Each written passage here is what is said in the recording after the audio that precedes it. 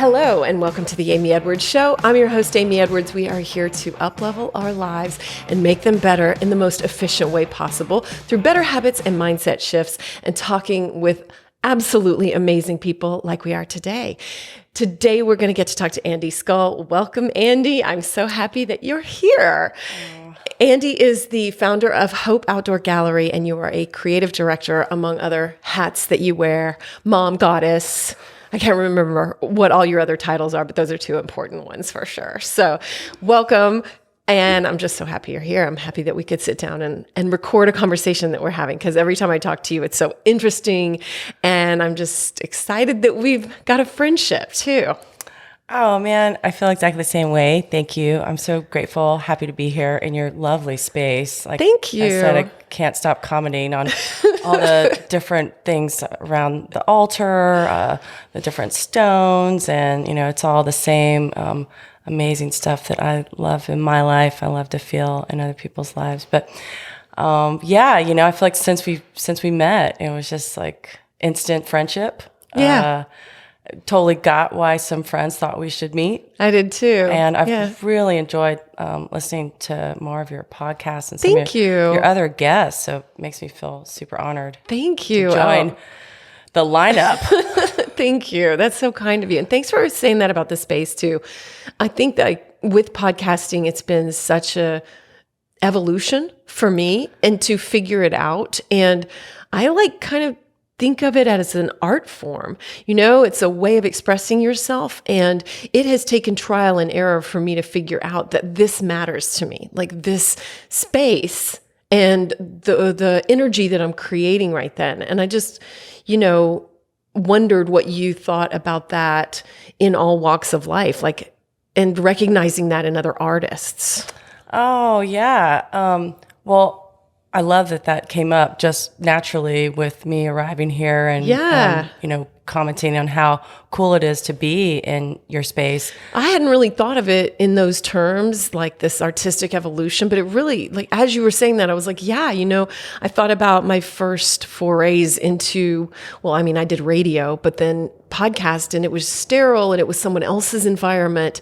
And I think that it's so cool when we can reflect ourselves in our space and in what we're doing and in all things, and just get that attention to detail. Absolutely. Yeah. Over the years, adding this newer title that I seem to go by as Cultural Curator. Cool. Yeah, that's what I realized. It's kind of what I felt really honored to be able to do, but also seemed to be pretty good at it. So did you make up that title yourself? I did. Yeah. Cool. Which because I've never heard it. So yeah, and it's kind of something that I also seem to have a knack for. I started using the term creative producer years ago instead of creative director, because I would explain to friends and artists or on projects that I'm very left brain, right brain. I'm half artist and half Asian. Yeah.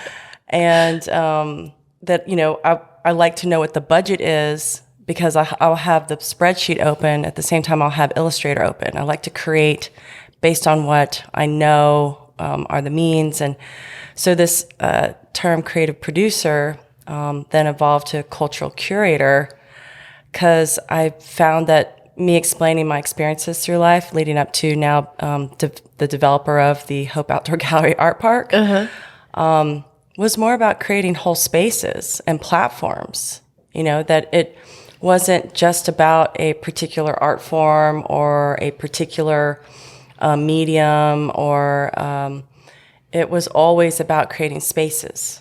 Yeah, because energy is all around us. Art is essentially all around us if we're willing to look at it. There's so many artists throughout however long that would take, I'm thinking of maybe Robert Rauschenberg or somebody that would take a goat with a tie around it, or, some things that you move out of their regular setting and then their art, right? And so it seems like we have the ability to create this around us, and we ignore it so many times. And I think it's really cool that you're bringing that to people's attention. Take care in everything that you're putting out. Yeah. Well, I wouldn't even go so far as to call it care. I think that creating spaces and platforms that allow you to feel free, where you can be you, that is the purest like energy and space to be of creating love, that ultimately, in a dumbed down form and not to be too, not to assume for everybody, but I know it's spoken throughout most religions. I mean, like, the goal in life is to experience as much love as possible. Yes. And the lack of love is what leads to depression and loneliness. And so, yeah, just kind of letting you find that space of like freedom, creativity, that where you blossom, and foster that, make that own that, and let others around you do that too. Yeah, I mean, it maybe gives them more permission to, or something like that, or just that freedom, right? Yeah, I think so. I mean, so far that's what I've noticed. Is that something you feel like you've had to learn over the years and tune more into, or did you have that natural affinity for those things? That's I told you this morning I was listening to your previous podcast just to kind of get up to speed with whatever Amy's been talking about, and because I've thoroughly enjoyed that any time we've hung out, just hearing about whatever new stuff you've learned. And so same to you, by the way. Same to you. You've already recommended like a documentary this morning and everything. Yeah. I know. It's like my everyday. I love it. Have you watched this documentary? I love it. Tell me more. Yeah, you had this guest on Irwin who, by chance, I was sharing. I literally just met him a few weeks ago. I went to Philly to a friend's birthday, and I was just listening to his story on your podcast. And a big part of my journey and story has been being the eldest Chinese daughter. And so, back to your question, like, do I feel like it was stuff that I was born with or that I learned? I'm not quite sure, because there has been such a huge part of my identity that has really led me to hear about being the eldest Chinese daughter. And a lot of my choices have been, sorry about that. It's okay. A lot of my choices have been about this like very specific, unique journey of coming from a culture where pretty much eldest Chinese daughter doesn't exist. Wow. Yeah. I mean, sharing with friends, when I was a kid, and I mean, it's not to the extreme so much as it is now, but it is factual that there are full villages in China that are mostly populated by men. That it's one of the largest population of humans on Earth are Chinese, and it's, I believe, one of the very few that the majority of the population are male. Because statistically, as far as I still remember, there's normally more women than men. I'm not exactly sure why on that, but coming from a culture where infanticide, basically murdering baby girls was a part of a culture for decades. That is so fucking crazy to me still when I hear it. Like, I know about it, but it's kind of, removed. Here we are in the US and all that, but just blows my mind as a daughter and someone who has two daughters, and so do you. Yeah. Yeah. Yeah. No, exactly. And in fact, that's also why there's, if you go to adopt an Asian child, most of the time it is a female. Yeah. And so I'm now kind of throwing it way out there in terms of, these things, did I feel like I was born with, or did I learn them? Yeah. So many parts of me as a kid felt like a lot of artistic, creative things just came naturally. And then I could see that in some of my family members. My Chinese grandfather was an oil painter, a pianist, a pro golfer, but he also was a really successful salesman and cartoonist, and but still anything that had to do with creativity was stuff that you kept as a hobby, or that you did, that wasn't what you made a living at, or that you did for business. And then some stuff within, I felt as the eldest daughter or eldest child, was like responsibility.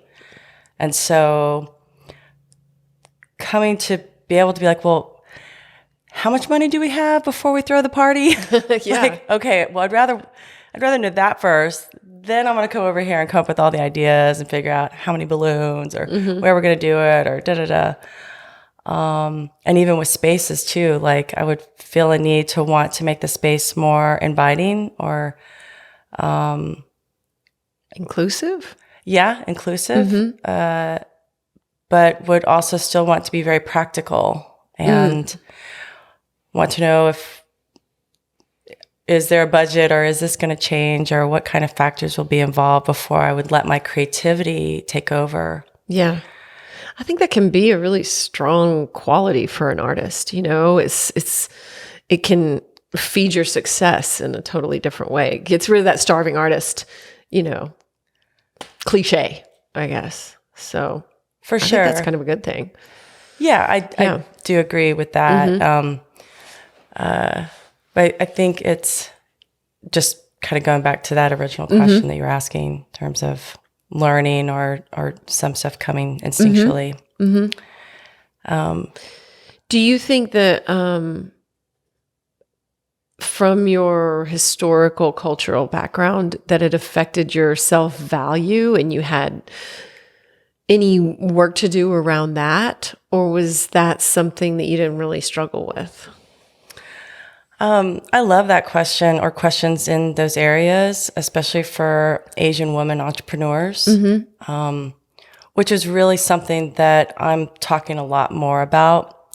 It's not something that I ever felt that I didn't identify with. I just didn't see the importance of me being a leader or speaking out about things until I had my two daughters. Oh, wow. Yeah. I mean, once I then had these two little girls looking up at me, and I'm like, oh, wow, this is really real. Like, I'm their role model. So yes and no. I mean, I do feel more that even when I was a kid, I just didn't understand, like, well, what's the difference between me or a boy? Even without being a tomboy or, not just starting to pick up on some things that were like, wait, is this decision happening because I'm a girl and not because I'm a boy? But then at an early age, definitely started to notice, because we would travel to Singapore and Malaysia every year to see my family. And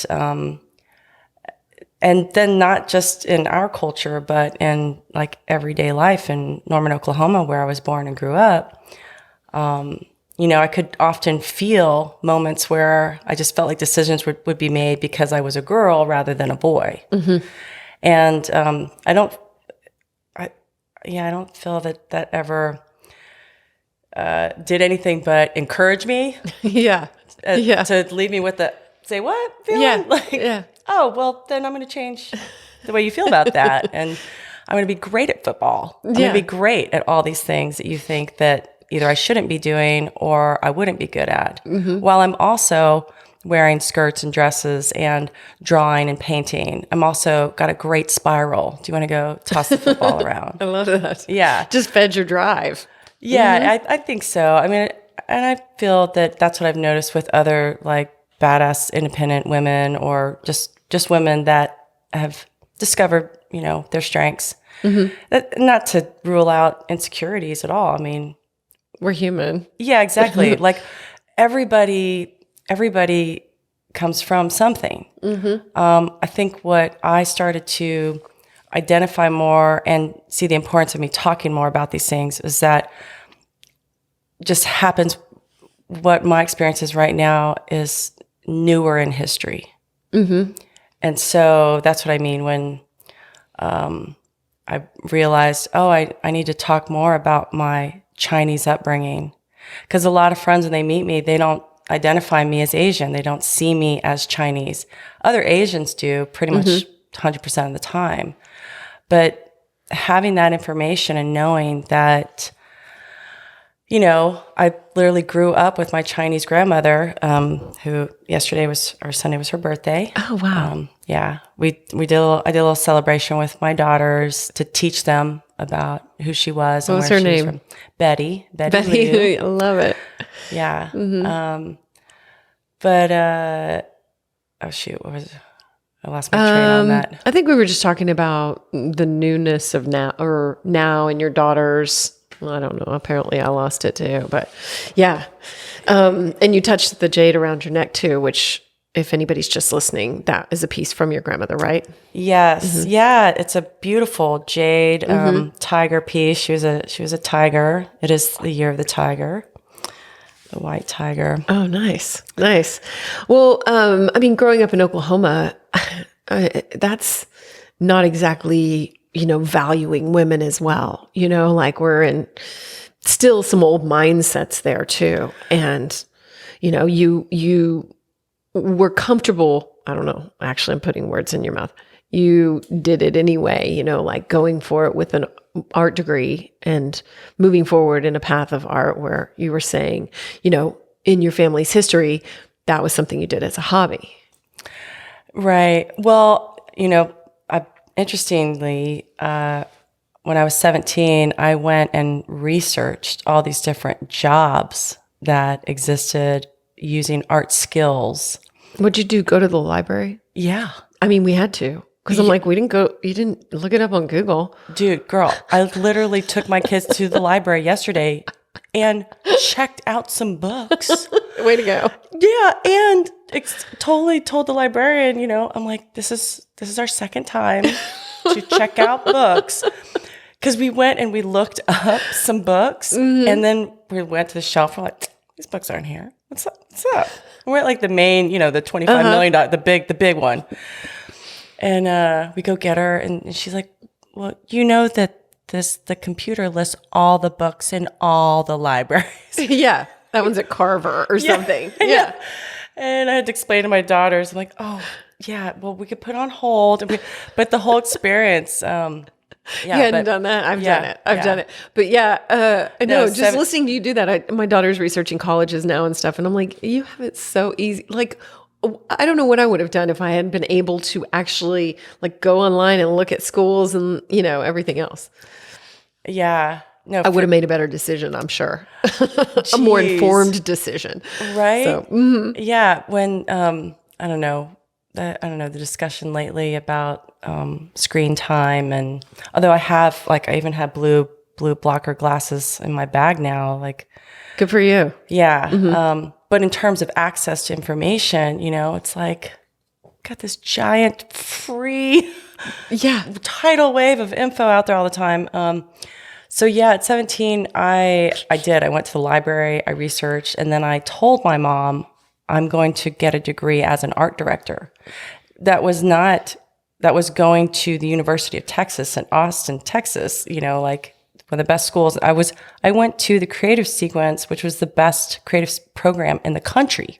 Got Milk came out of that program. I've now been the keynote speaker for UT 2 years ago for that department. And but all that was based on this research and decisions I had to then share with my 5'2" Chinese mom that I wasn't going to be a doctor, a dentist, or a lawyer, even though I could have been, but I had to have all those things lined up.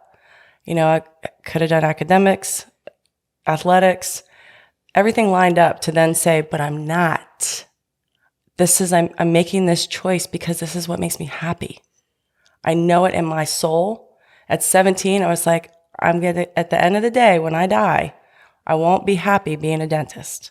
I won't be happy, and still to this day, I think it's a motherly thing, but it's still like, is everything okay? Yeah. Like, everything's great. Are you ready to up-level your pleasure practice? I have in mind. And one of the tools that I've used is from Wands. That's Waands. One of my favorite items that they have is the cervix wand. It is their #1 best-selling glass pleasure wand for vaginal and anal de-armoring. That means more sensation. That means more getting in touch with your body. It's designed for cervical and G-spot stimulation, and it has helped thousands of women become more connected to themselves and their own pleasure while supporting them to heal pelvic pain through self-yoni massage. So if you are curious about getting more in touch with yourself, then I have an offer for you. You can get a discount using my code Amy Edwards, but if you use the link in the show notes, you can get 20% off from Wands. They have so many other beautiful items to choose from, with a large selection of 100% pure crystal pleasure wands. They create the most gorgeous, luxurious products that encourage you to honor your body, celebrate your sexuality, and live in pleasure, which is a big part of what we're about on this show. And yes, I use one myself. So go today to wands.com, that's Waands, and use the code Amy Edwards for 10% off, or use my link in the show notes for 20% off of your purchase from Wands.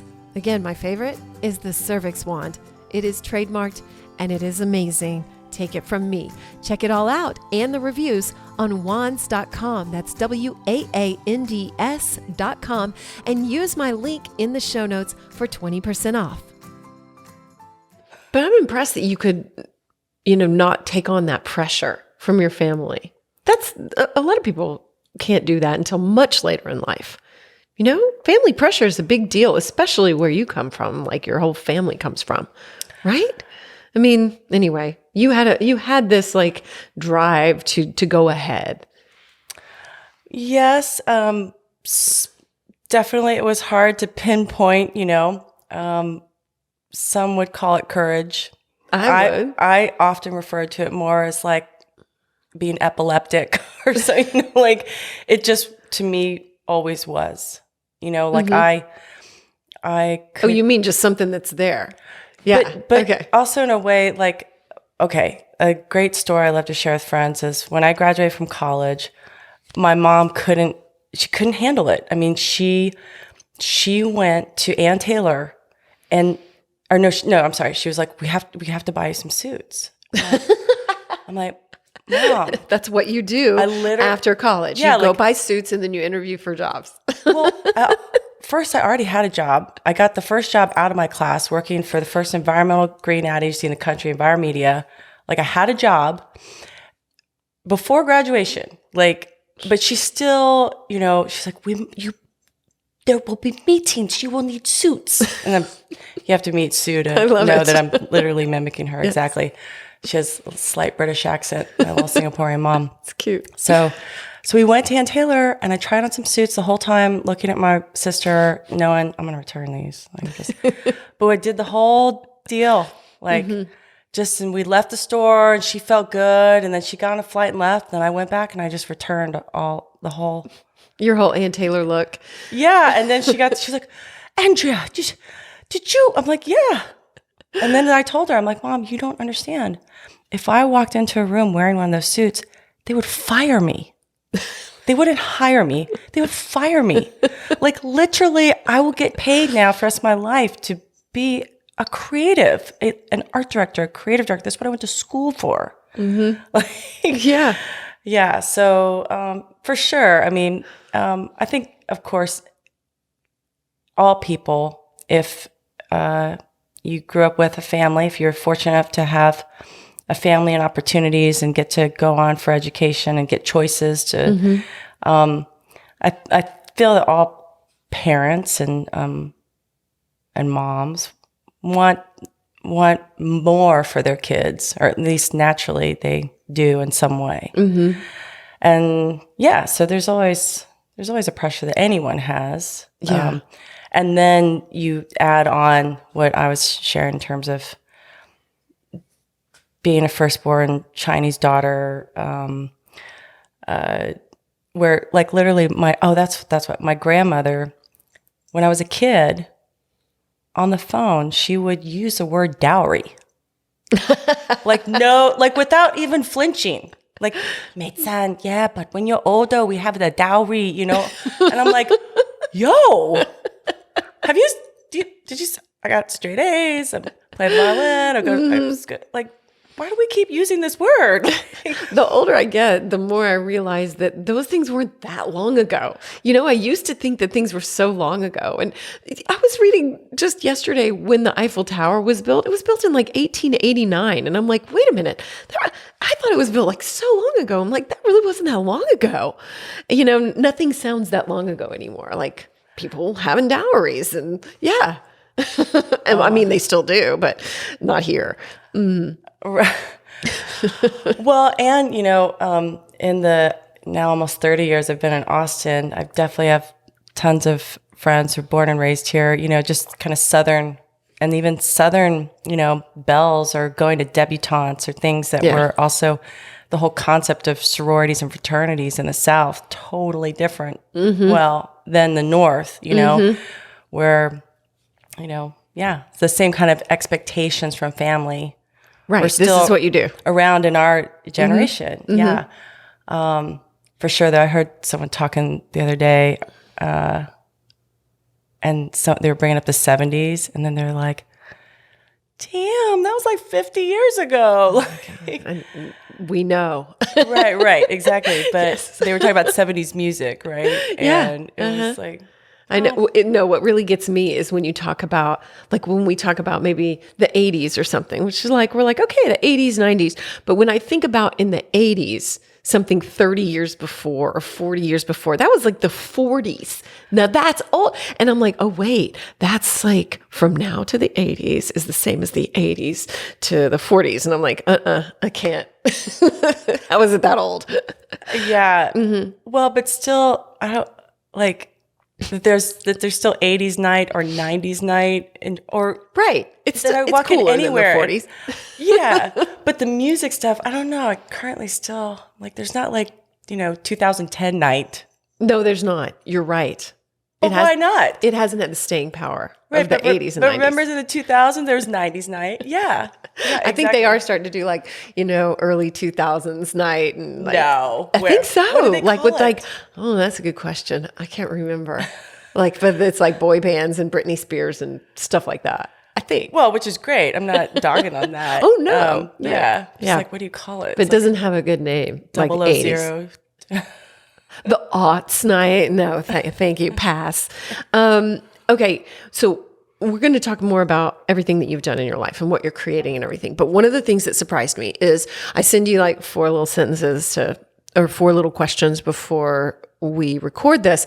And one of them is what has been one of the most transformative experiences of your life. And you put becoming a mother. And I thought that was really interesting because you've had all sorts of experiences. And so what did that change for you? Like, I mean, I can take guesses, but I'd love to hear from you why you chose that. Oh, well, first, I love that when we were first introduced, like part of the kind of bond that I felt was being 2 women that both have 2 daughters.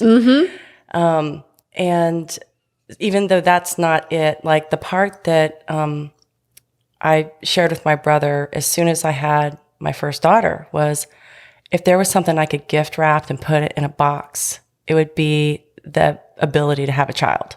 Like if I could give that to my brother, because I didn't really understand the amount of superpowers that, yeah, for real. Like literally, like when I told him that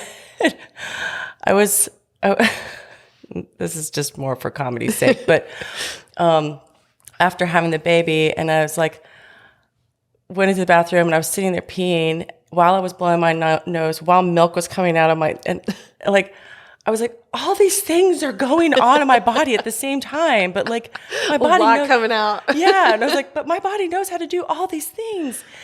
But yeah, the amount of strength and perseverance, what I thought before was tired just kick that to the curb. Like, Seriously, I know when people, no offense to anybody without kids, but when people without kids are like saying they're tired or something, I'm like, really? Like, yeah, sure, but for real, which I feel applies, for moms and dads, right? yes, Like, yeah, exactly. If you're parenting, yes, Yeah.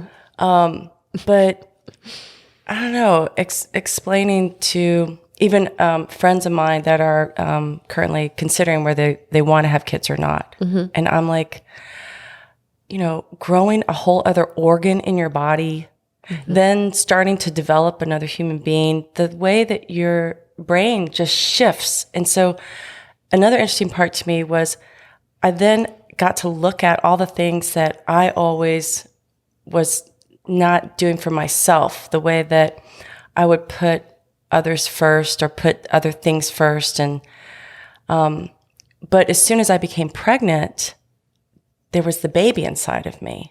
And so now the importance of putting me first became the priority, all because I was now a mom. And I was like, wow, why did it take that for me to, and just some things, I'm just saying that it just, unlocking these superpowers, by the time the baby came, I was like, wow, I can do all these things. Like, and again, it wasn't just like our first book for H.O.P.E Outdoor Gallery. I did all of that pregnant. There's so many things I did that year of pregnancy. You gave birth to all sorts of things. Yes. And then the second time, the same thing. Second book I did and again, the concept of being pregnant and the way, thinking, it was like, oh no.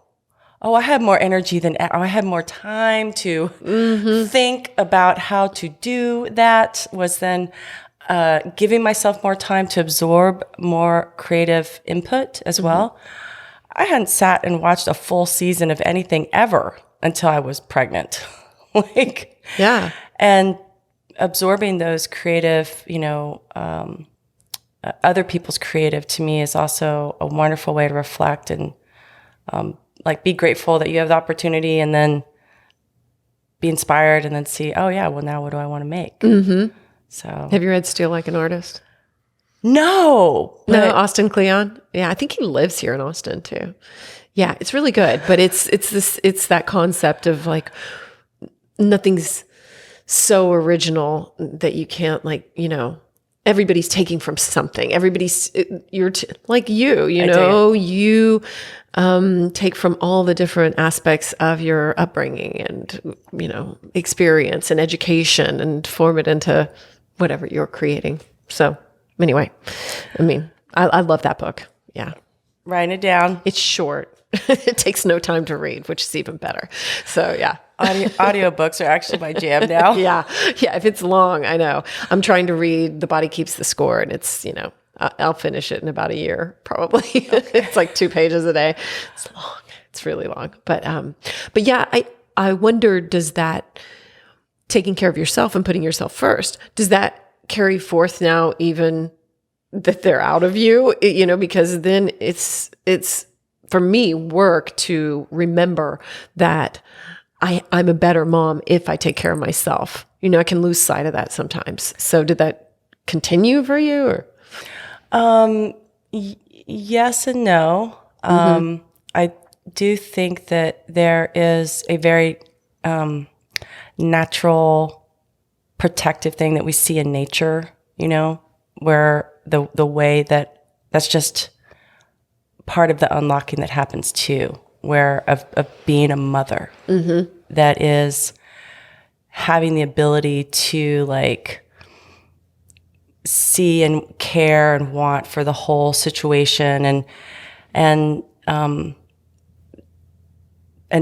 sometimes that is, most of the time, making sure the kids are all fed and everything's all done before you do your thing.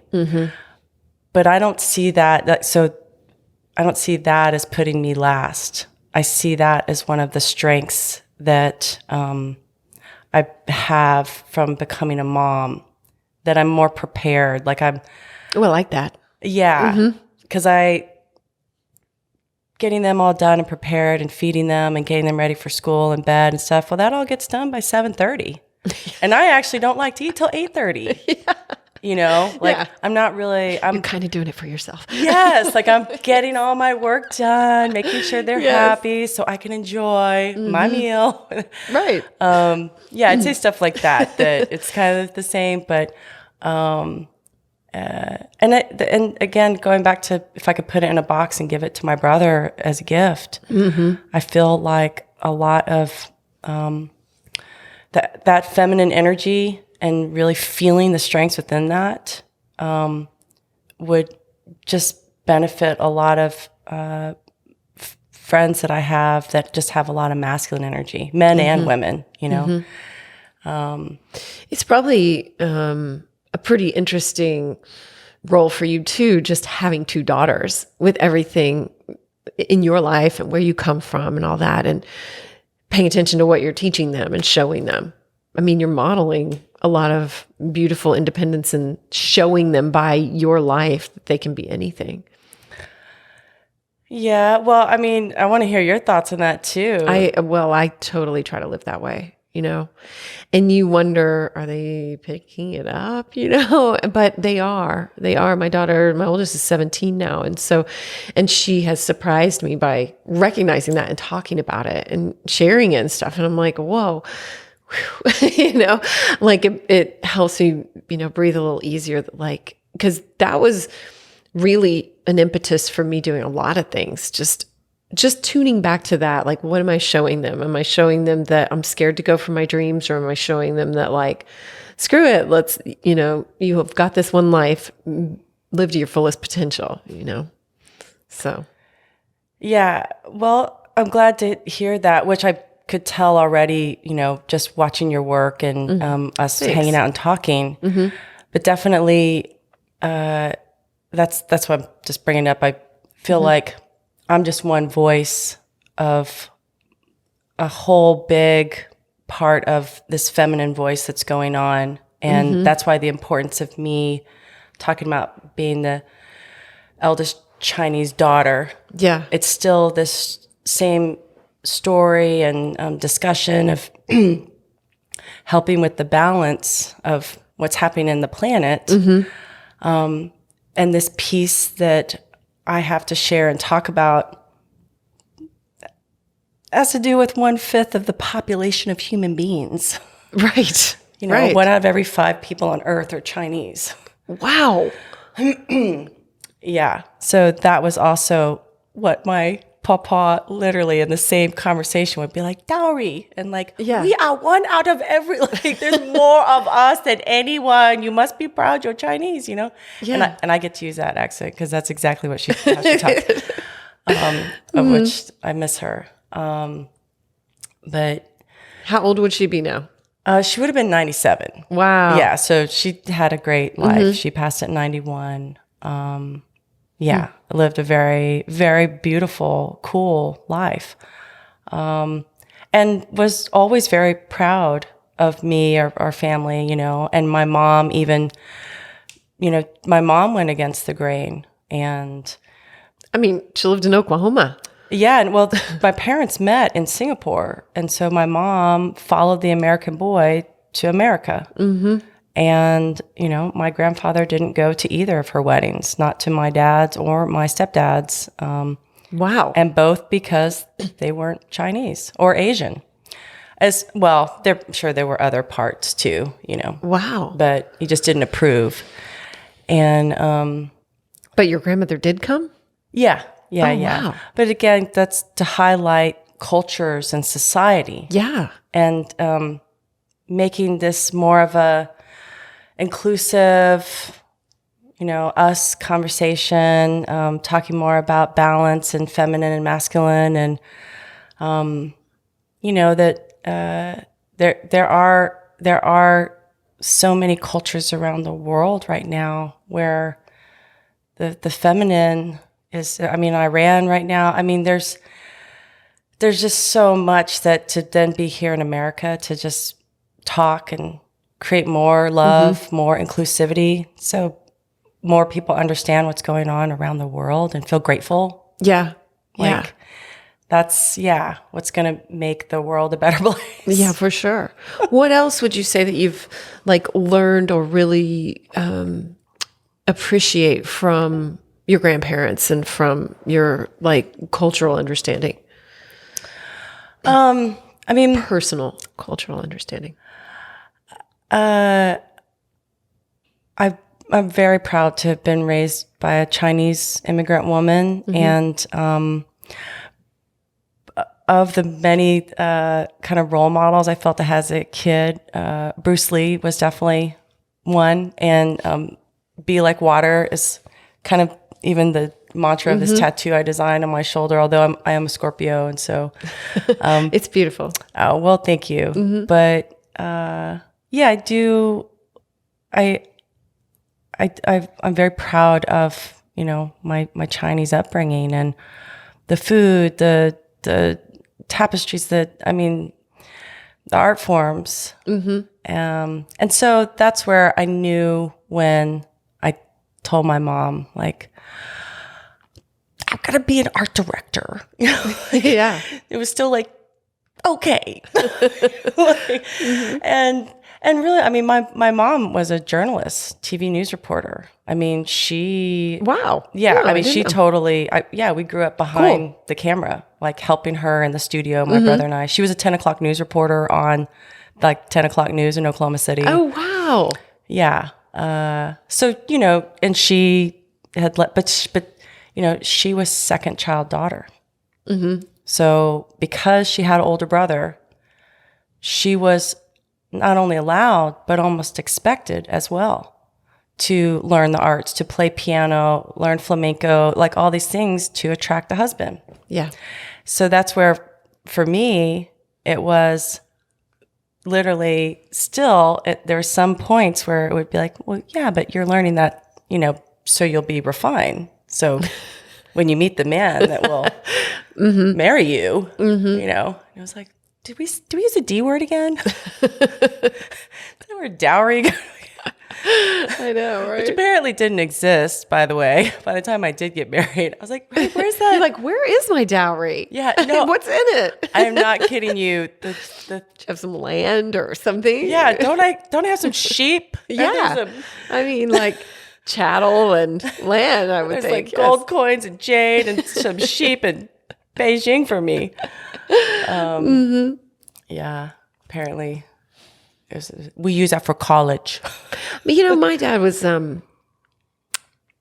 old fashioned in that way. Like, I think just, even here where he came from, he grew up in like West Texas and Oklahoma also. And he still had that mindset too, and didn't quite even know what to do with two daughters. He just he was just inner like conflict, I think, because he's passed now. But I think he didn't know. On one hand, he would be like, I want you to get an education. And he wanted us to, do whatever we wanted in life. But on the other hand, it would be like, get a good husband, and be taken care of. And so I felt like there was just mixed messages growing up. And I'm not faulting him for that. I just think that that's this product of figuring out where women fit for people that have these mentalities that they've been taught over years and years.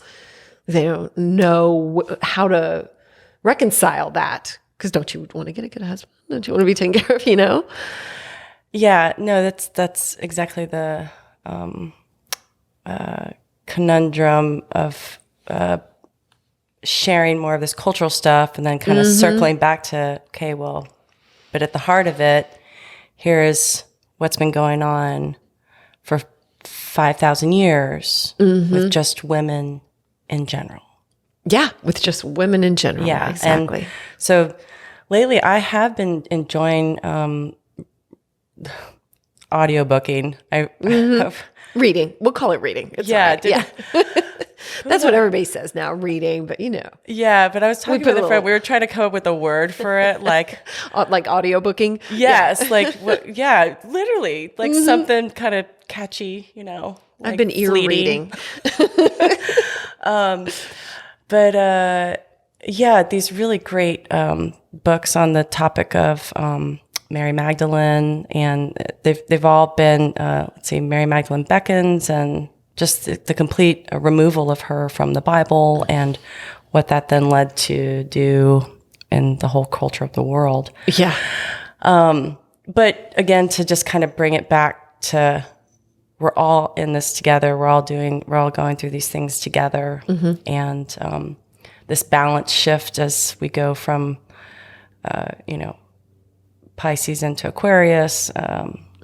Part of our duty right now as independent, strong women is to be leaders and figure out the best way to include everybody. Yeah. I mean, that's how I'm approaching it, and I feel like I always have.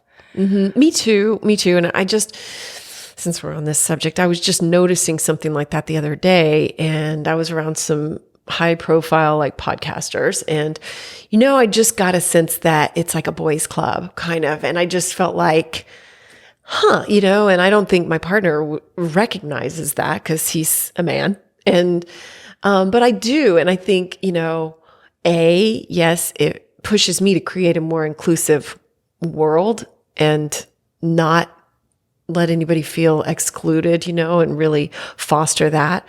And at the same time, I think maybe there's an element of speaking out about it a little bit, or talking about it, which is what I'm doing right now. But it was interesting to me, and I hadn't put my finger on it till like literally 2 days ago, I think. And I was like, this feels a little like. Have you felt any of that as you've grown H.O.P.E and worked, in all these prominent artistic circles? Great transition. No, and then yes. Okay. So I didn't really notice it till probably 5 years into starting H.O.P.E. So I started H.O.P.E in 2006 when I was living in Santa Monica in California. So I went out there from Austin, and I'd been producing these pretty cool renegade art shows called Burn the Box, where we would showcase artists in real estate the last Sunday of each month. And anyway, it brings me out to LA, and I'm doing some shows there, and there's a lot more details to this, but I end up meeting this guy who just moved to LA, and he had a documentary film about him, and he was sleeping in his truck, and some friends told me and my roommate Christabel that he might be a good candidate for this like temporary room rental we were offering. So I meet him, hear his whole story. He's like, Captain of the Marines, take this contract job in Sudan. He's like, I've got the screener. It's going to, be at Sundance. Like, let's go watch it. And you can check out the apartment, see if you want to rent Christabel's room. Who Christabel is one of my closest best friends. From local Austin. Way back, 8.5 Souvenirs, fabulous singer, absolutely gorgeous person. Yeah, my I'm dear, a big fan. That's my moon goddess. Oh, she's fabulous. Look her up if you don't know who she is. I'll put a link in the notes. Which for fun, I'll share that little story about when Brian then his first night sleeping in her room.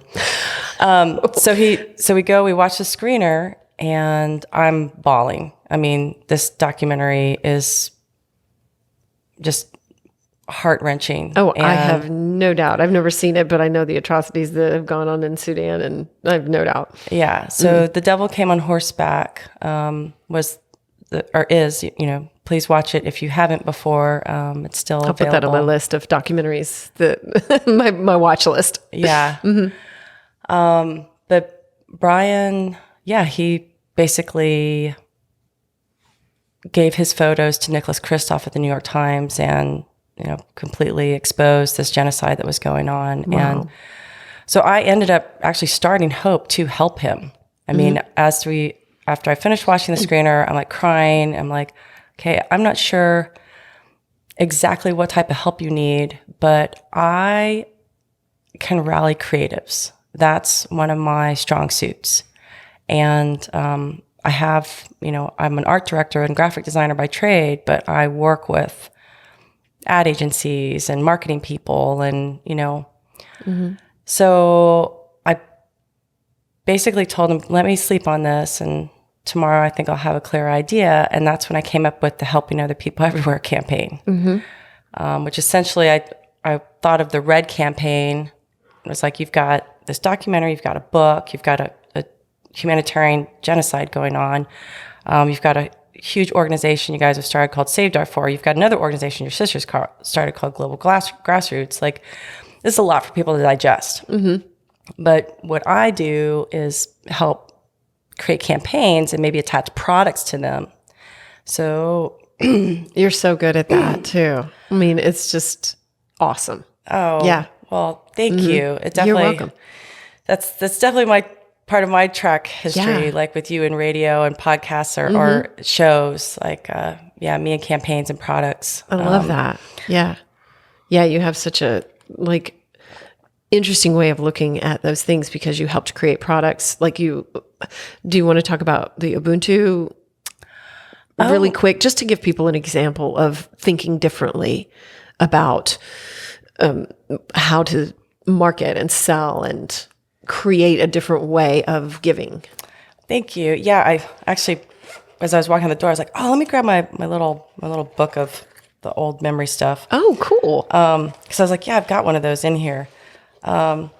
This was a great example and so fun of a product that a buddy of mine meets this other guy at an event, and he says that he has an organization in Kenya, and he's like, oh, have you ever met Andi? And my aunt and family has been there my whole life. So Zane and I are introduced, and he shares more with me about what's going on. He has this organization, Comfort the Children International, and 10 years. And then they've started this whole program in this village with all these women that all have handicapped children. What they discovered was a lot of these women were kind of outcasts because they were protective of their children. But in Africa, or in that part of Africa, as is many parts of the world, having a child with special needs in any way is very challenging. Forget like asthma or something like that,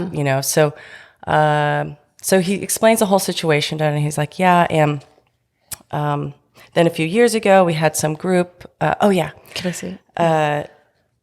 Donate a bunch of sewing machines. So, we've got this whole, workshop and area and then we have a daycare center. So they've done a lot in 10 years, a lot.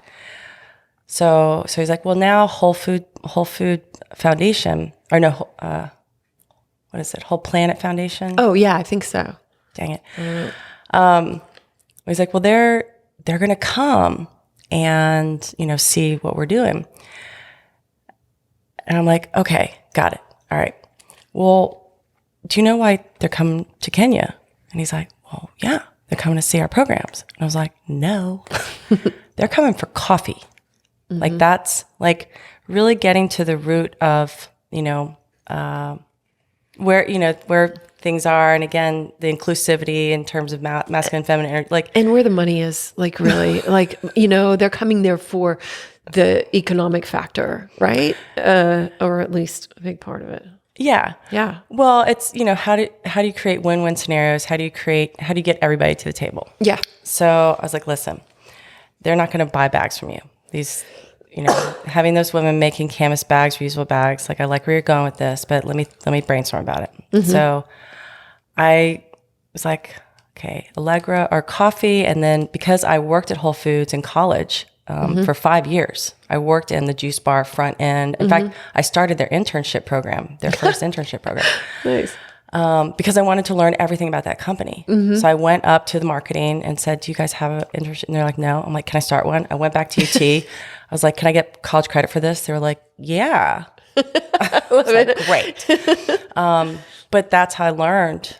And so I was like,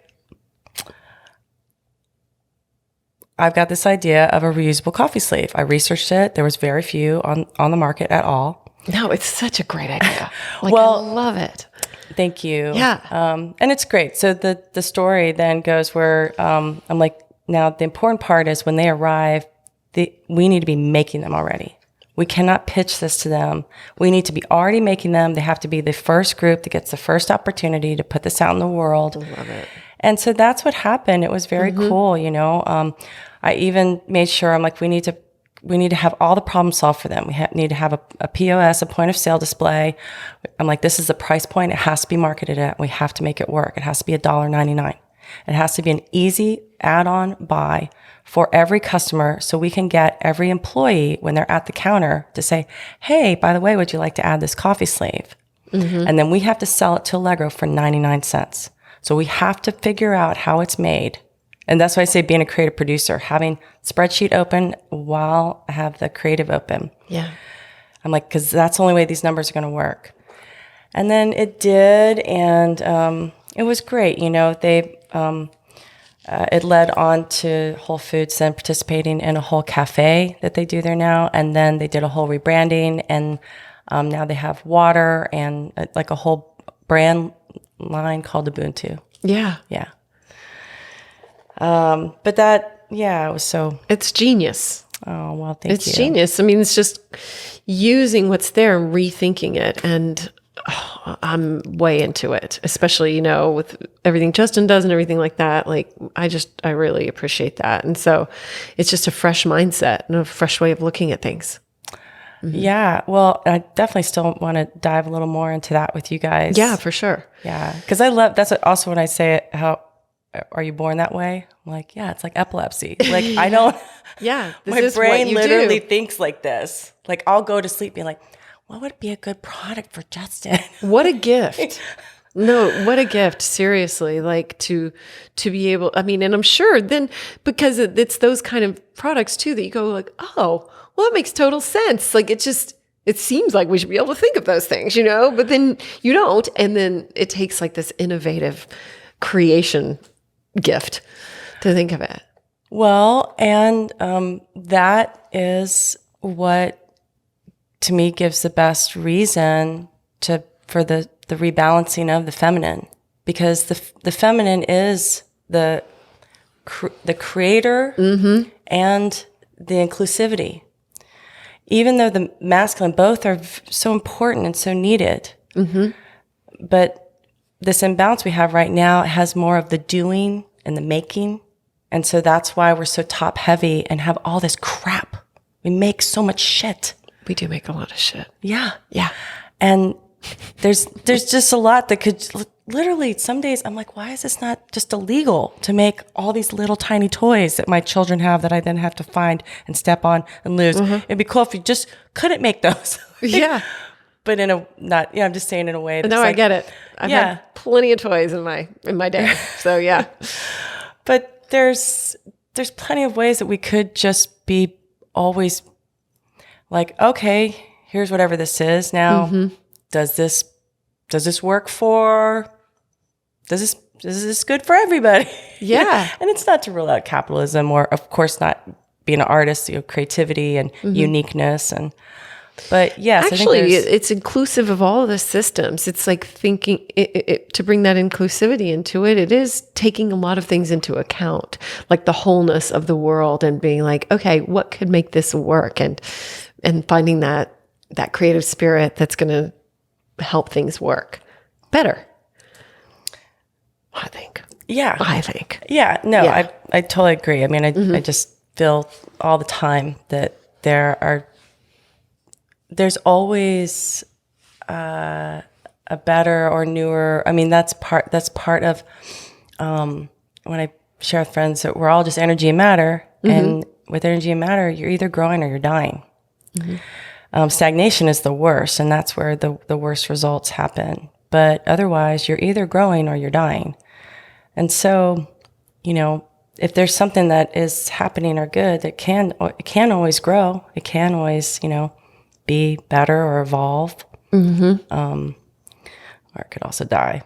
It could die. If it should. But if it dies, is it really dying because it's energy creating form? So, you know, it's just changing form into something else, maybe. It needed to change form, perhaps. So, Yes. Yeah. I know when we met too, I think you were saying like you had been thinking all about this goddess type stuff. It had been coming into your world. And like, so how was that appearing and how are you applying that in the things that you do? It mostly shows up still frequently just talking with other women and mostly other strong, independent women who are still making choices every day about things that they want to do or can do, or, managing responsibility and time.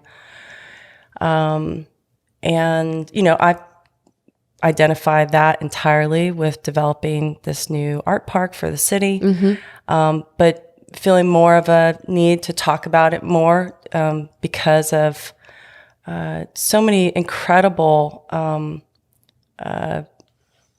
women that I know, and then also a lot of just creatives and artists that are struggling with, like I share a lot of times I walk into a room like full on masculine energy. I'm just big sister Scorpio. I don't even have time for, and my brother will show up with sometimes a lot of feminine energy and be really like, yo, make sure everybody's good, wants to take care of everybody. And I'm like, we don't have time for that. So yeah, I'd say it's come up mostly with a lot of women, but then just feeling a lot with just a lot of artists and creative friends, just feeling sometimes just out of balance. And okay, well, where's the core root of that? Similar to the reusable coffee sleeve. It's like, where's the space? What's happening and what can we do? Do you take a lot of time to like sit? Do you journal? Like, do you take a lot of time to sit with your thoughts, meditate, stuff like that? I do and I don't. I was listening to your two previous podcasts and that came up in those two. And I do want to start journaling again more. In fact, I threw one in my bag on the way over here just because of listening to your podcast. Let's journal right now. Yeah. Well, and now a break for journaling. Yeah. So. Oh my God, now break for wand magic. That was another. Yeah. Definitely looking that up. Both I do feel I've had a history of doing a lot since I was a kid up until now. Both I haven't been doing enough lately. But I also find myself spending time with my kids in ways that are a little like they are my meditation. I can understand that. Yeah. You get what I'm saying? Like I'm just going to sit and be and let them play and color and doodle. And, of course, and we get the distractions of our phones, but I even have found myself more like making that my time. Yeah. And just embracing that momentness of it, right? Yeah. Where then I just let myself kind of daydream and brainstorm a little bit more. And that to me is it's not the same. I'm definitely not. No, but I think it is the same in some ways. I think it's that childlike play, that energy of just being in the moment rather than goal-oriented, Yeah, yeah. That children can do so easily, and we lose as we get older because we're like, okay, what's my outcome and what am I doing? And is this goal-oriented? And I'm using my time effectively or whatever the hell it is, So. Yeah. Well, and then instead of journaling, I'll find myself coloring. I think that's awesome. I haven't colored in a long time. No, I actually have like too many of those like color therapy books because I buy them for my kids. Do they work? Well, because I've never even really done them. I think I've colored once, maybe with Gigi, but yeah. Well, that's what I'm saying. So we have this bag in the car that always has colors, books, and a few little games, and we take that like when we go into a restaurant, Yeah. And then I sit there and color in. And now we've done a bunch together, and I think I'm sharing this for any other mommies out there, that don't beat yourself up for not having enough time in the day for these things. Like maybe look at some of the ways that maybe you are already doing it or could start adding that into this time. Even if sure, it's not, you still got to be on, you know. Mine are 6 and 8, and they need to go to the bathroom or something. It's like, oh, stop coloring. Okay. Yeah. It's a whole thing. Yeah. Logistics. But I think I'm just bringing up more as like motherhood, and, you know, it's because figuring out that whole balance, especially if you're an entrepreneur and you're also creating and doing your own things.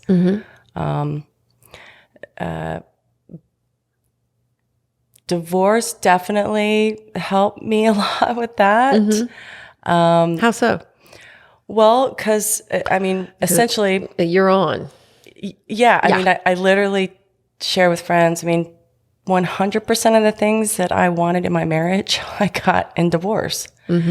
And that's it's not bad at all. I mean, I love their father. I mean, he's like, we co-parent like the best well-oiled machine awesome. Ever. And it happened through that way. What were the things you wanted that you got from divorce?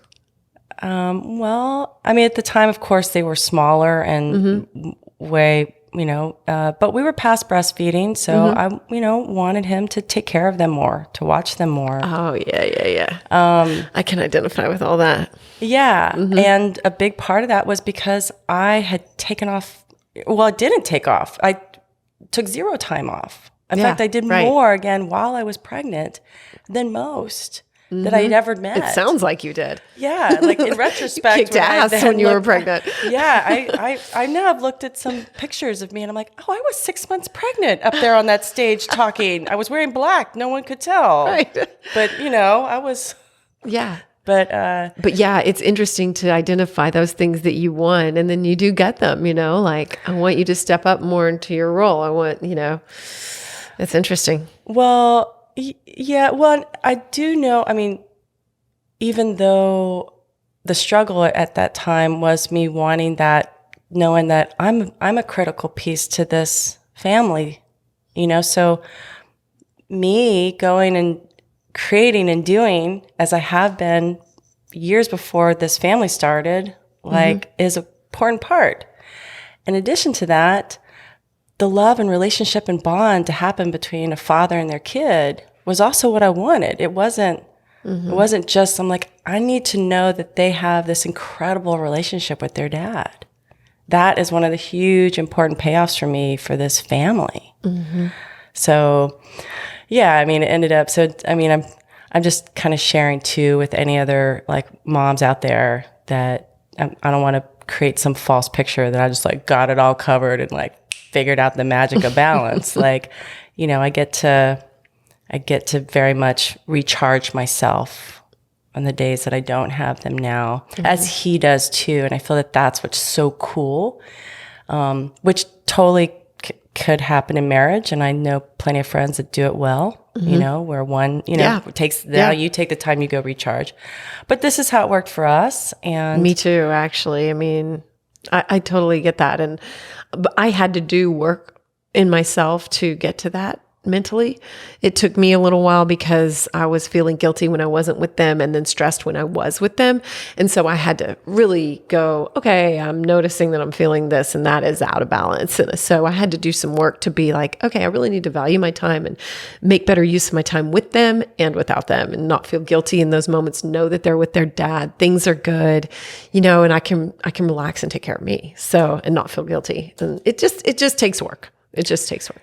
For sure, for sure. Or it did for me, yeah.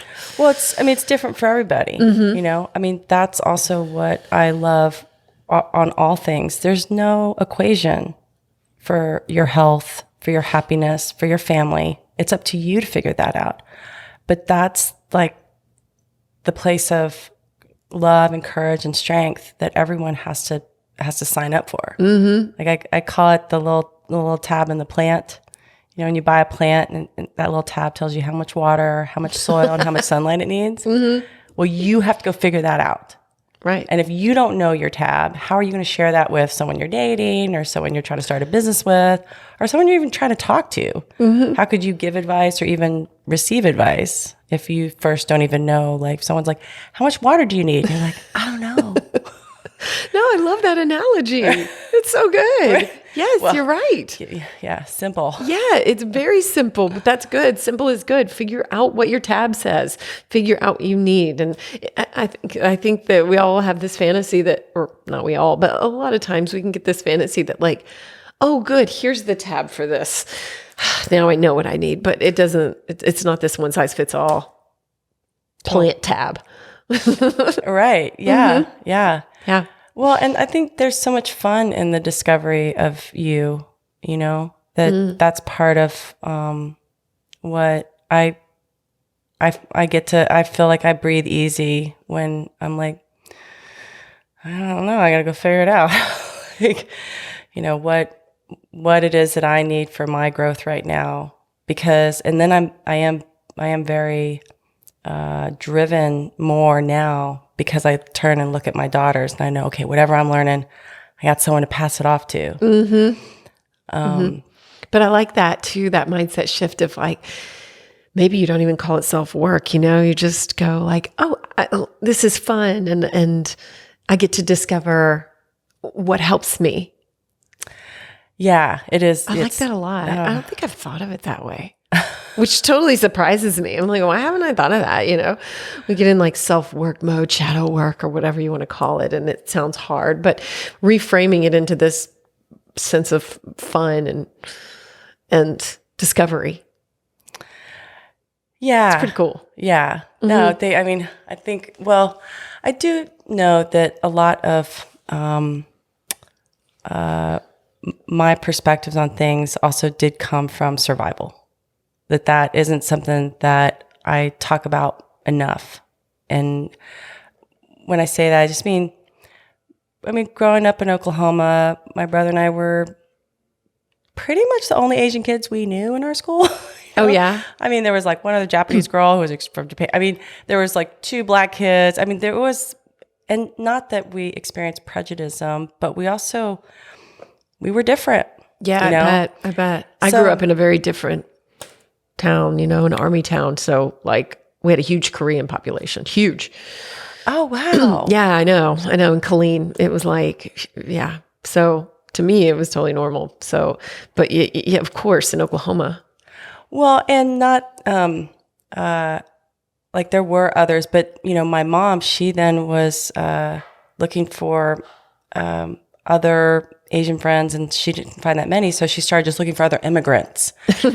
And our first like Thanksgiving dinners, my mom called them derelict dinners, because she would invite all the other derelicts, all the other immigrants who have nowhere to go. They can come here. And we would have baklava. And it was like this, potluck of like sushi and German sausage and, just experiences like that also help motivate and give me strength. But also, I would have to go figure out how to make other experiences work, when I'd go to a friend's house and, they'd offer us, I don't know, like a Little Debbie bar or something. And I'd be like, oh my God, you have Little Debbie bars?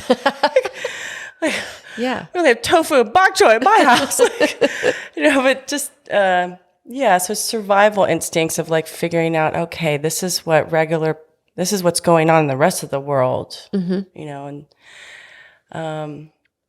yes, and some things were definitely not good, like not enjoyable, But again, I don't see that. I just think that, again, it's up to everyone to figure out your own survival, your own recipes, because everyone, there is no such thing as normal. That's also, we're all our worst critics. And I can see how too, though, that upbringing feeds who you are now, and this cultural inclusion, this this desire for cultural curation and inclusion, like that makes total sense, just from your own heart and seeing you from outside. Yeah. Thank you. Yeah, you're welcome. Yeah. No, well, and again, I feel like stuff like that is paying attention to who you are. Yeah. You know, so similar to sitting here in your space and like feeling all of your awesomeness, like it's like this is your art. Yeah. And you're not trying to be anything other than what you are, you know, which takes growing into sometimes. At least for me, it has, you know. One thing I wanted to ask too is what else motivates you? Because when we sat down, you put on that hat and you were talking about wearing other people's merch and things like that. And I just wanted to ask where do you find motivation everywhere and inspiration everywhere, or you know, what keeps you motivated, or have been some big instances of motivation in your life? Oh, geez. Wow. I just gear shifted into like a really big question, probably. Yeah, because now I'm like overwhelmed with wondering, well, what motivates you, Amy? I know. If I had to answer that question right now, oh God, what would I say? Without getting into, okay, I'm gonna give it a shot. Let's see. Without getting into things that have motivated me throughout my life, I think I would say that I have trained myself to try to find motivation and inspiration all the time. And so I'm constantly, like, I think I've shifted my brain into a way where I'm constantly looking for it. Now, what influenced that and what motivated me? I think anytime I look outside myself and see women doing something, then I'm reminded that it can be done. I think that's probably a big one for me. Yeah. Yeah. I feel you on that. What was it? I was listening to someone yesterday, and it made me think about thinking of who might be the first female president ever. And Yeah. I don't know why years ago I was like, it's gonna be Oprah. It's gonna be Oprah. I mean, she'd be good. She'd probably do a good job. Oh, well, then I remembered when. Well, that's kind of a fun fact story about the whole H.O.P.E. Obama. And because I started H.O.P.E. with Shepard Fairey in LA in 2006. So we ended up just having this kind of interesting parallel or story of how hope came to be this very, very well-known word. But at that time, yeah, we were all like, yeah, but if Oprah was offered that job, she would turn it down. She probably would. What's that job? She'd be That's like, the worst job. I don't think so. I What know. a horrible job. I think I heard Michelle Obama being interviewed, and they were like, "Would you be president?" She was like, "Hell no, no, absolutely not." I know. Will you be our puppet? Oh, we would love it, but no, she knows what goes into it. Way too much. So yeah. Yeah.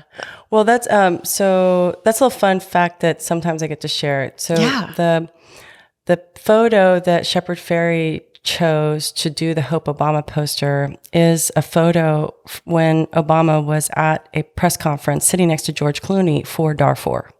Oh wow. And actually was just in Dallas 2 weekends ago, hanging with Amanda and Shepard for his first solo museum exhibit. It's up there till next July. If anyone's in Dallas, you should check it out. Yes. It's amazing. And yeah, a really big moment in the history of his career and their family. But it just reminded me about a few times when Shepard and I have talked, and I feel so grateful and proud that he's told me that one of the favorite projects he worked on was H.O.P.E. And, they are involved in the art park, which is very important and cool for Austin. And Very. yeah, I mean, this 18-acre art park that spells hope from the sky has so many very interesting historical aspects to it for the city of Austin. We moved one of the walls from Baylor Street over there. We made 40,000 earth blocks out of the earth and built the walls. Just a lot of really cool stuff that once we open, will be a one of a kind in the world. So Austin needs it. As a longtime resident, I mean, when I went to Wynwood the first time years ago, I was like, oh, why do we not have this? Or why do we not have something like this? And so I just am so grateful for your big vision for it, for this city that I care about so much, and like we deserve that and we should have that. Thank you. And I agree. And you brought Winwood, this hat I'm wearing. That's what I was sharing now. I love being able to go other places and feel, and, you know, as you're kind of just saying how now you're seeking it, you know, to me, that is nourishment. And, I mean, for everyone, whenever you're seeking, you know, that you're hungering, you know, to learn more. And, so I went to Winwood to also check out more of their programming, and went into this gallery and just loved all their hats and all the stuff. And so, it's my favorite hat right now because I love also every time I put it on, I'm like, right, I'm creating this thing for Austin. That gave me a little chill. That's so cool. Yeah. When something you can wear and you look in the mirror and you're like, oh yeah, that's what I'm doing today. Yes. Let's go. Yeah. Well, you've got your grandmother here around your neck, and then you've got your inspiration on your head. Yeah. Keep it simple. Yes. Well, I mean, but those are really good. Like what we're wearing can influence us in these positive directions. Oh, absolutely. Yeah. So, I was sharing with you earlier, The Secret of Water. And that is the documentary that we were referencing earlier. Yes. Yeah. That I have to watch. Oh, everyone needs to watch it. And, I mean,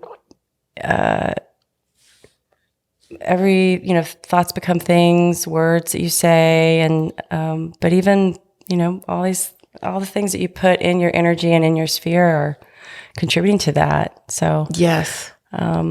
in good ways or bad ways, you know, and taking a look at that and simplifying and, Also, you have a new podcast with your brother called These Walls Can Talk. And that's cool, like really cool. But one of the things, I listened to the first episode, which sounded great. I can't remember. Tell me who your guests were. So it's Andrew and Nikki Horner, who are Color Cartel. Color Cartel. Yeah. Cool name.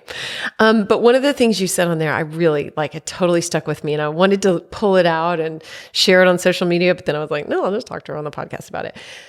You said on there how many times people say to you, oh God, I'd love to DJ, or I'd love to do X, Y, and Z. And I hear that a lot too. And you say to them, well, have you tried? And then they say no. And I'm like, exactly. Like, how many times are we saying, I'd love to be able to do pottery or whatever it is. Have you tried? Have you tried? Yeah. No, thanks for, pulling that out. Yeah. Honestly, I do distinctly remember feeling and saying that even at 8 years old.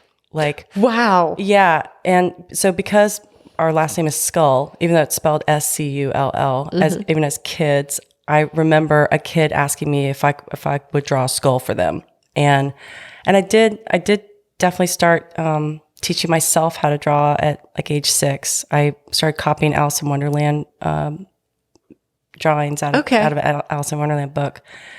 But I remember being 8 years old and this kid asking me and me saying, "Well, have you ever tried?" And just with all confidence and being like, of course, I'd be happy to. But like, maybe you know how to draw a skull. Maybe you. Yeah. And he was like, what? And I was like, well, here, just try. Just try. But I mean, we can apply that to anything now, you know, like, oh, I wish I could do that, or I'd love to do that. Then try, you know? It just stood out to me because so many times we don't. I love that you just recognize that right away and that have been doing it for your whole life. Well, yeah. And again, a lot has been for survival. You know, so, I started babysitting myself and my brother by age 6. And wow. My mom was a single working immigrant mom, and sometimes the babysitter couldn't show up, and I would just have to watch us at home by myself and literally make blueberry muffins, like preheat an oven. I mean, would you ever trust your 6-year-old to do that? Well, hell no. Like, there's so many things that, like, literally in retrospect, when we talk as a family, and my mom realized, because my daughter's now 8 and 6, you know? Yeah. I'm like, do you remember all that I did at this age, you know? And I bring that up to share, so there's no, like, it's not like I've had this courage my whole life. A lot of times I just had to be pushed in the pool. Yeah. And so building that up to a point where I can think, oh, well, then I want to try it. Like, you guys bringing up the ice bath. I'm like, I want to try it. Like, I love it. It doesn't even, my brain doesn't even think in another way. because I've been pushed in the pool so many times, you know, like just had to, and then had to swim and had to figure it out, which is something I do want to look at more in terms of kids and opportunities for experiencing things. Because I felt that with other friends and even their businesses and hires that they're going through, that there's just something missing there. Like holding them back, or?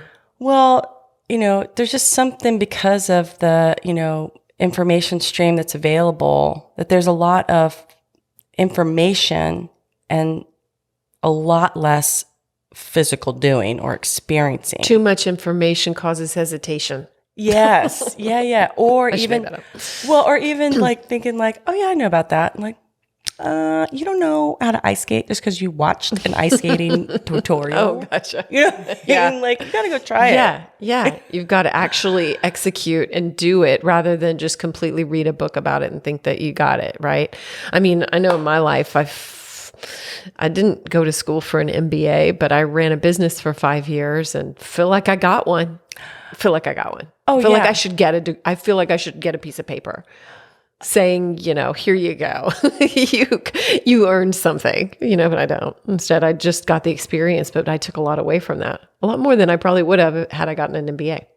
Well, I 1000% agree. And I think we need to be doing more of that, what I call the grad school of life.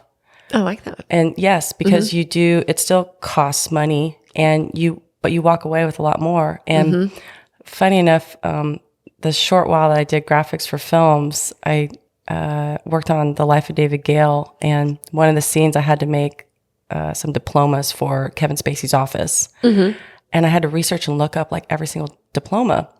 And so at the end of the day, I had a large scale printer as part of my kit. And so I just went ahead and made a bunch of like Yale, and I just made, and I went around, I was like, anyone want a diploma? Who wants a diploma from Harvard? Anyone from Yale? Yeah, because then it made me think, I'm like, whoever actually, like, besides having that, or someone telling you. Yeah.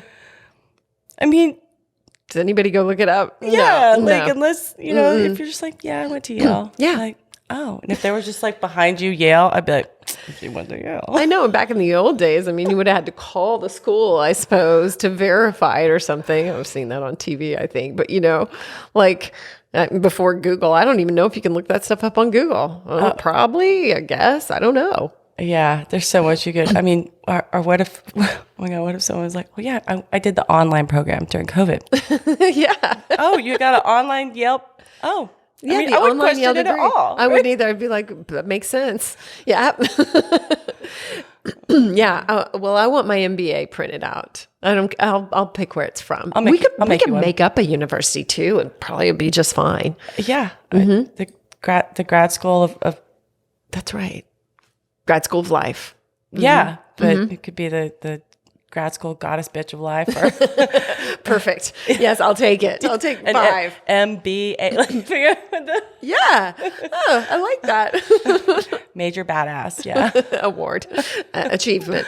I love that. Well, okay, we've been going for a while, and I feel like we covered a lot. Is there anything that you think we missed that you really wanted to talk about today, or anything that I don't know, that's just on your heart today that you really wanted to share? Oh, no, not particularly. I mean, we got to it. We did. Yes. We really covered a lot. Then I'm going to add expert interviewer certification in there. We could add some certifications. Oh yeah, yeah. Because there was some interview you're doing with like, it's like adding on like PhD. I'm like, yeah, go ahead and add on like. Throw on some letters. I think it was Irwin. He has a lot of letters after his name. Yeah, yeah. Which, again, yeah, I think is totally warranted. Yeah. Well, maybe what are some of the biggest things that you're learning right now as you're developing this H.O.P.E gallery in Austin? Like, what are some of the things that you find yourself spending time on, and some lessons that you're gathering right now? I really enjoy the development of the park in a similar way that I feel I've enjoyed living in Austin for the past 3 decades, which is getting the opportunity to try my best to pay attention to the actual needs that are going on for the creative community. And so again, being a cultural curator to me is, I explain it as cooking when you know people are hungry. Like literally knowing that everyone is interested in a pizza. Yeah. So I'm going to go make a pizza, you know, like. But you get to listen to them about what they want on it and the kind of crust they like. Yes, yes. So that's been very cool that when we first started relocating the project, we had 10 years of data to, you know, glean from the Baylor Street location, which was very helpful. Never happens in the creative or art world. Yeah, it seems really unusual, and that's incredible. Yeah. But then to have had COVID and all these other, you know, interesting shifts happen for the city of Austin since we broke ground in 2019, we're now getting to add even more. You know, that those are the upsides and perks to the amount of time that this development has taken, which really isn't, you know, outside of normal development. But it's good at least to see the perks, you know, because I don't even see it as silver lining. Like literally there's probably at least 10 different things that are now happening at the park that weren't going to happen before, that now will greatly support and serve the creative class. Because, you know, again, before we didn't have everyone on earth moving to Austin, with it being the greatest place on earth to live, which we already knew. But did you ever think in your life that you were going to take on something this grand, this much, with this magnitude? That, because like you've taken on a project that is going to leave a legacy. Like you're going to look back and be like, wow, I was a huge part of creating that. And a lot of people can't say that. I mean, yes, we create things in our life, but something that's so impactful to so many people for so long. Like, I'm sure it drives you, but did you ever imagine that you would have a project of life's work that would be something like this? No. And then, yes, I have enjoyed with this that, or sharing with friends, that I wrote this business plan 20 years ago. There are the majority of what's happening at this park was a business plan I wrote 20 years ago. And then looking at a lot of the friends that I've looked up to in the city and watched the way that they have really made a mark, really made an impact, really changed so many people's lives, including my own. And what they started, they weren't intending to do that either, is what helps keep me centered. But with what you wrote 20 years ago, were you thinking big? Because I think you're a really big thinker, like or a big envisioner, I think it would be a better way to say it. No, I mean, you're nailing it in terms of it. Yeah. It was the business plan was a gallery, cafe, art park. I mean, it was these things. It just wasn't this big. Yeah. And then the only reason it's this big is because of the information, data, needs that we knew. We're like, okay, well, if we're going to do this, here's this 1.3 acre hillside with a castle view of downtown. Here's the experience that people had, and how do we recreate that in a way? And we did it. You know, it's still different, but. Do you think it's also so big because you kept showing up for more, kept saying yes, kept pushing yourself in the pool, so to speak, and then the universe comes to meet you and grow it? I definitely know that it is what it is because it is so inclusive. I am the bus driver of a Muppet bus filled of an awesome army. That's how I describe it. Like it has taken hundreds, if not thousands of people to share their thoughts. Even the podcast, These Walls Can Talk, is off of the book, of the stories that were submitted. Like I don't get to, nor do I want any credit. I'm just the bus driver. But saying like, oh yeah, we can drive a bigger bus. Okay. Yeah. Yeah. And I'm not trying to dumb it down. I just mean it. It doesn't seem like that. No. Yeah, that this project, or even H.O.P.E. altogether, has included, it's required so much giving of so many people. Yeah. Like there's no way there's no way it could have even happened without that. And nor could I have predicted that, or anyone else that has been involved. So. Oh, cool. Well, I know you're still raising funds right now. So if anybody's listening and they are dying to invest, there is opportunity to still invest in H.O.P.E., right? Can we mention that? Yeah. Okay, cool. we are completing more of the capital raise. Yeah. And there are multiple ways for people to get involved in all kinds of levels. So yeah, feel free to reach out or contact me. Yeah. If you're interested. Oh yeah. I'm so excited to see this happen and to meet you and to learn from you and just watch this too. Just, as a resident of Austin that is so, I don't know, in love with this community, I think, and I'm just excited. So congrats. You're driving the bus really well. Thank you. Yeah. Thank you. And it's so awesome. Is there anything that you want to share before we go? No, I mean, I guess our second podcast is dropping today. Oh, okay, cool. This will be out actually in a few weeks. So you'll have a few episodes out. Is it coming out weekly or bi-weekly? It's bi-weekly. I thought so. Okay. Yeah. So we'll be bi-weekly. So there should be maybe one or two more of These Walls Can Talk. And I'll definitely put a link in the show notes. Oh, yeah. Yes. So people can listen. Yeah. And because that's been a fun project that will be ongoing. And yeah, that's just, again, about everyone else's stories. So. Oh, beautiful. What episode is dropping today? The second one. Who's your guest? Actually, I don't know. Okay. Yeah. Sorry, I put you on the spot. Dang it. Well, someone amazing.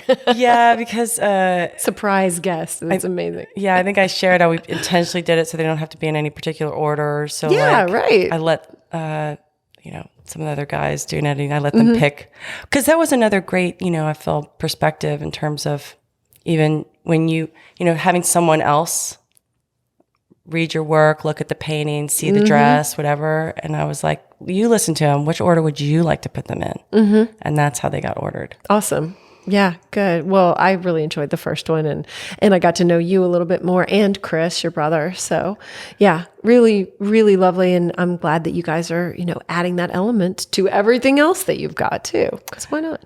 Yeah. Oh, well, I think we are still doing our last order of names on bricks. So that's a cool thing that for anyone in the community, you can get your name on a brick at the park for $125. So beautiful. That's, yeah, because we're only going to do one more order. Okay. Yeah. Will those be spray painted over or? No, so they're all going in the walkway right in front of the memorial wall from Baylor Street. So. Oh, wow. Yeah. And there's been several hundred already. So. Oh, good. I need to get one. So I will. Yeah, well, I'll remind you. I've just committed. Don't let me forget. So absolutely. Well, please tell everybody too how they can find you, and I'll put it all in the show notes. Oh, amazing. Yeah. I mean, you can email me at Andi@HOPEOutdoorGallery.com. ANDI. Yep. That's really the best way. Or just go to HOPEOutdoorGallery.com and, review stuff there and click on contact. But yeah, I always love talking to any artist or anyone, just reach out to me and do my best to follow up. So great. And I just love everything. And as someone who got a sneak peek tour of all the things that you've got going on out there and got to see it, I was just so blown away by everything that you guys are creating. So Yeah. It was great to have you guys out. Oh, thank you again for that. And I'm just so excited to see it develop and to share your voice and amplify your message some more right here. So thank you so much for being here. Yeah. Thanks for having me on, Amy. Oh, thank you so much. And everybody follow Andi, and I will put everything in the show notes. And just thank you again for being here. Thank you so much. And thank you for being here too, everybody listening. This has been the Amy Edwards Show from Overcome Studios. Remember to rate, review, and subscribe. And thank you so much for being here. Sign up for our newsletter at amyedwards.com.